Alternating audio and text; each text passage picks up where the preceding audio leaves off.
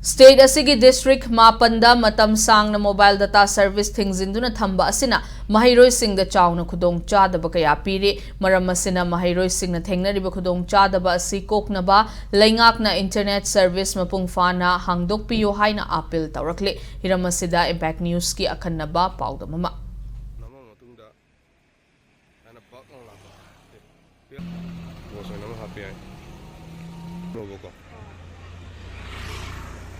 अखोइना हौजिक लेजरिबा मफम असि dam college campus तनी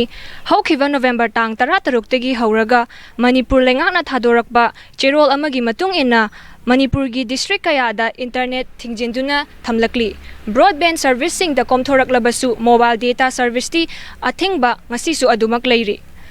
mobile data service थिंगजनबा असिना Maheiroi-Singgi पुंसीदा करी अवाबा अमदी करी चैथेंग नंगबगे हाबिदु Maheiroi-Singga वरी सनादुना मखोइगी ओइबा पाउदम अमा खंगमिनसी इंटरनेट सर्विस थिंगबजे यामनदि नुंगाइतेको हाइदि अखोइगी कॉलेज की कइगुम इंफॉर्मेशन अम लाकु मतमदसु एग्जाम की ओइरो कइगुम अमा टाइमिंग मागी शेड्यूल अम थोके हायरगा नोटिस अम लाकु मतमदसु अखोइदे खुदोंग चादबा याम मायोकनाय अदुना सिजि हायरगादि यामना नुंगाइजदे अखोइदसु नीट से थिंगबदगी इंफॉर्मेशन जे मी मैम खंगनदबा क्लास से सी ngनखना तौरे खोले हाइबगी इंफॉर्मेशन खंगनदबसे असिने नुंगाइते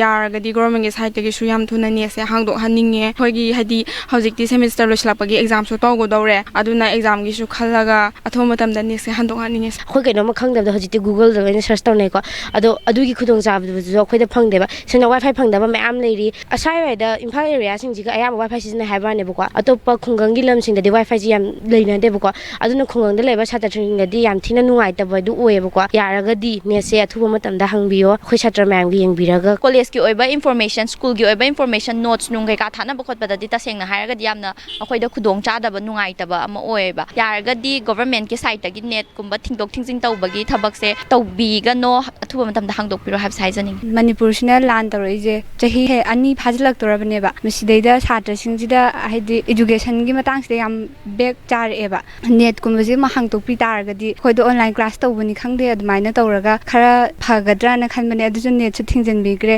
अखोइ क्लास अटपा कांदा क्लास ऑफ लेबे यावे अदुदसु हाइदि सारगैना नोट थारकपोरो कैरो अदुजो हायरफमदो लेतबा अदैदि मानबिगा नोट थानाबा खोतपदसु नुंगाइति स्माइना तौरबो नेट थिंबा कांदादि मणिपुर सिना हेले सांगबा हाइदि सुम येंगबा कांदादि मयांग येंगनबदि अखोइ दुम सोंदारे लाइकी ओरो कैरो अदुना याहनबियो ना दुम हाय नेट थिंजनबदिना कैसु प्रॉब्लम सॉल्व पुरो ओइदबनिना हाइदि कानादेना लावेबा हाइदि अदुना अखोइदजु याम चाउना अपॉर्चुनिटी जु मांगहल्ले स्टूडेंट जु मांगहल्ले मयामदजु मांगहल्ले अदगी तसेंगना हायरकांदा अखोइदि हजि रेन दा लैबनिना नेट थिंगबदिना दुम युमदै पैसा थारागजु खोलागजु याम हाइदि अवा फिबमदा लैयेना हाइता Maheiroi-Singna फोंदोरकपगी मतुंग इन्ना Maheiroi-Singgi पुंसीदा मखोइगी लारिक तंबा अमदी लाइबाकी ओइबा कॉम्पिटिटिव एग्जाम सिंग प्रिपेयर तौनबा होटनाबदा मणिपुरदा मोबाइल डेटा सर्विस थिंगजनबा असिना मरम ओइरगा मखोइगी पुंसीदा अवाबा चैथेंग कया पिरि हाइना फोंदोरकली मसिगा लोइनाना Maheiroi-Singgi माइकैदगी मणिपुर गवर्नमेंट थिंगजिलिबा